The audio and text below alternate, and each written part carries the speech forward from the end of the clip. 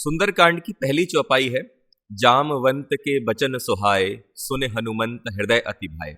आप देखें कि जामवंत के बचन सुहाए, हनुमान जी इस विचार में थे, इस द्वंद में थे कि ये समुद्र में पार कर पाऊंगा कि नहीं कर पाऊंगा, मैं कैसे जाऊंगा। लेकिन जामवंत जी ने अपने शब्दों का इस प्रकार प्रयोग किया, अपनी वाणी के सामर्थ्य से हनुमान जी को लंका जाने के लिए तैयार कर लिया। आप एक चीज से के सुंदरकांड की इस चौपाई से कि यदि हमें ठीक से बोलना आता है कि हमें कब क्या कैसे किसे कहां बोलना है, तो आप निश्चित मानिए, निश्चिंत हो जाइए कि आपकी वाणी का प्रभाव सामने वाले पर ऐसा पड़ेगा कि आप जो करना चाहते हैं, करवाना चाहते हैं, वो हो जाएगा। वसीम बरेलवी साहब का एक शेर है कि कौन सी बात कब कैसे कही जाती है, ये सलीका हो तो हर बात सुनी जाती है। हमें ठीक से कहना आना चाहिए। तो जामवंत जी ने हनुमान जी को इस प्रकार वचन कहे कि सुने हनुमंत हृदय अति भाए। तो एक बात, एक सूत्र सुंदरकांड से निकल कर आता है पहली चौपाई से कि हर व्यक्ति को अपने जीवन में वाणी का ठीक ठीक प्रयोग करना सीखना चाहिए। हमारे जीवन में आधे से ज्यादा समस्याएं हमारे बहुत ज्यादा बोलने के कारण होती हैं या बहुत कम बोलने के कारण होती है। वाणी का ठीक ठीक प्रयोग ही किसी व्यक्ति को सफलता के सोपान पर जाकर खड़ा करवाता है। इसलिए ठीक से बोलना हर व्यक्ति को आना चाहिए।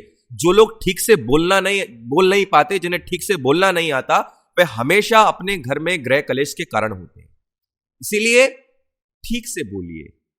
जरूरी नहीं है कि चिल्ला चिल्ला कर बोलने से आपकी बात सिद्ध हो जाएगी। भगवान श्री कृष्ण ने गीता में बिल्कुल सच कहा अर्जुन से। कई लोग कहते हैं कि भाई सच कड़वा होता है। नहीं भैया, सच कड़वा नहीं होता। अगर सच कड़वा होता तो अर्जुन इतनी सुनता क्या? 700 श्लोक कहे भगवान श्री कृष्ण ने गीता में, वो खड़ा खड़ा सुनता रहा। क्यों सुनता रहा? क्या कड़वा बोला था भगवान श्री कृष्ण ने? नहीं, कड़वा नहीं बोला था, सत्य बोला था। और निश्चित मानिए सत्य कड़वा नहीं होता। कई लोग बहुत अपनी वाणी का इस प्रकार प्रयोग करते हैं कि ऐसा लगता है कि लठ मार रहे हो सामने वाले पर। ऐसा नहीं करना चाहिए। लठ मारने वाली वाणी हमें नहीं बोलनी चाहिए। ऐसा बोले कि व्यक्ति के मन को, व्यक्ति के अंदर एक विचार का संचार हो, कि वह आपकी वाणी से प्रभावित हो। इसीलिए हमें ठीक से बोलना आना चाहिए, कब क्या कैसे बोले। हनुमान जी के द्वारा, सुंदरकांड के द्वारा हम पहली इस चौपाई से यह सीख सकते हैं। दूसरी बात आप देखें कि हनुमान जी को लंका जाना है और हनुमान जी इस काम को करने के लिए तैयार भी हो गए। सबसे बड़े हैं, सबसे सामर्थ्यशाली है, फिर भी हनुमान जी ने चलते चलते यह कही नाई सबन कहू माथा, चलेउ हर्ष ही धरे रघुनाथा। चलते चलते सबको प्रणाम किया, सबको झुककर नमस्कार किया, छोटे से छोटे वानर को। क्या जरूरत थी हनुमान जी को झुकने की? अरे इतने बड़े, इतने सामर्थ्यशाली, छोटे छोटे वानरों को प्रणाम कर रहे हैं। अंगद जैसे को प्रणाम कर रहे हैं, जिसने ये कह दिया कि मैं लौट ही नहीं पाऊंगा। कई वानर तो ये कह चुके मैं जा ही नहीं पाऊंगा। जो बड़ा व्यक्ति होता है, क्या वो छोटे के सामने झुकता है? ज्यादातर तो नहीं झुकता, लेकिन जो झुकता है वही ज्यादा ऊपर जाता है। हनुमान जी से सीखिए आप साहब। बिल्कुल कितने बड़े हैं, लेकिन फिर भी छोटे से छोटे वानर के आगे झुककर नमस्कार कर रहे हैं, प्रणाम कर रहे हैं कि भैया मैं जा रहा हूं, भैया मैं जा रहा हूं। आप हनुमान जी से उनकी विनम्रता सीखिए। जो व्यक्ति जितना झुकता है वो उतना ऊपर जाता है। जो पेड़ आंधियों में बिल्कुल ठीक सीधे खड़े होते हैं वो सबसे पहले टूटते हैं, लेकिन जो झुक जाते हैं वो बच जाते हैं। तो यदि हनुमान जी बड़े हैं, उनका कद बड़ा है, वो पूजनीय है, वो इसीलिए है क्योंकि वो विनम्र है।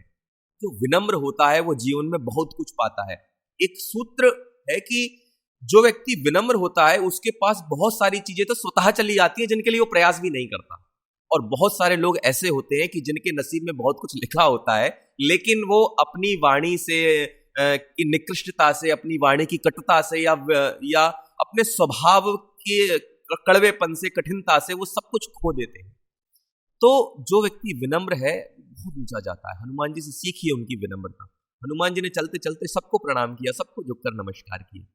क्योंकि अक्सर व्यक्ति बहुत बड़ा होने पर झुकना भूल जाता है। उसे लगता है कि मैं बहुत बड़ा हो गया हूं, तो अब मैं सामने वाले के आगे क्यों झुकूंगा? मैं तो बड़ा हूं, मैं तो बड़े पद पे आ गया हूं, मैं तो बहुत फेमस हो गया हूं, मैं तो ऐसा हो गया हूं, मैं तो वैसा हो गया हूं, मेरे पे बहुत पैसा हो गया है, मेरा बड़ा घर हो गया है, पद प्रतिष्ठा है मेरे पास, मैं क्यों झुकूं? लेकिन हनुमान जी सिखाते हैं, साहब कितने भी बड़े हो जाइए, लेकिन आपके पैर जमीन को ना छोड़ पाए। क्योंकि बड़ा होना बड़ी बात नहीं है, बड़ा होकर बड़ा बने रहना बड़ी बात है। हनुमान जी वहां से प्रणाम करने के बाद ऊपर चढ़े। कहां? सिंधु तीर एक भूधर सुंदर कौतक कूद चढ़ेऊ ताऊ पर, और वहां जाकर बार बार रघुवीर संभारी तर के पवन तनय बल भारी। हनुमान जी ने चढ़कर पर्वत पर बार बार श्री राम का स्मरण किया, ऊंचाई पर पहुंचकर भगवान श्री राम का नाम लिया। ये बहुत अच्छा संकेत है। हनुमान जी हम सबको संकेत करते हैं कि जब हम ऊंचाई पर पहुंच जाएं तो उस समय भगवान श्री राम के नाम की, उस समय विनम्रता की, उस समय सत्य की सबसे ज्यादा जरूरत होती है। क्योंकि ऊंचाई पर पहुंचने के बाद जो सबसे पहला काम होता है वो ये होता है कि व्यक्ति का दिमाग खराब होता है। जब बहुत ऊंचाइयां मिल जाती हैं, जब जेबों में नोट खचाखच भरे रहते हैं, तो जब जो सबसे पहले फ्यूज होता है ना, वो दिमाग होता है। तो उस समय इसको ठंडा रखना, इसको ये बताते रहना कि नहीं, तुम्हारी औकात वही है जो जमीन पे जो तुम पहले थे। तो हनुमान जी ने ऊंचाई पर चढ़कर बार बार रघुवीर संभारी।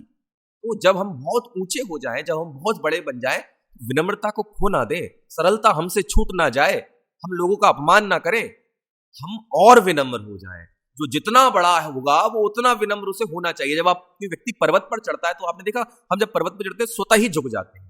क्यों झुक जाते हैं? हम ऊपर बढ़ रहे हैं तो क्या करना पड़ रहा है? हमें झुकना पड़ रहा है। यदि क्या पर्वत पर हम सीधे होकर चढ़ सकते? कभी नहीं चढ़ सकते। यदि हम पर्वत पर सीधे होकर चढ़ने का प्रयास करेंगे तो हम गिर जाएंगे, लेकिन जब हम उतरते हैं तब सीधे होते हैं। तो याद रखिए, जब हम ऊंचाई की ओर जो बढ़ता है उसे झुकना ही पड़ता है, और झुकना ही उसे ऊंचाई की तरफ ले जाता है।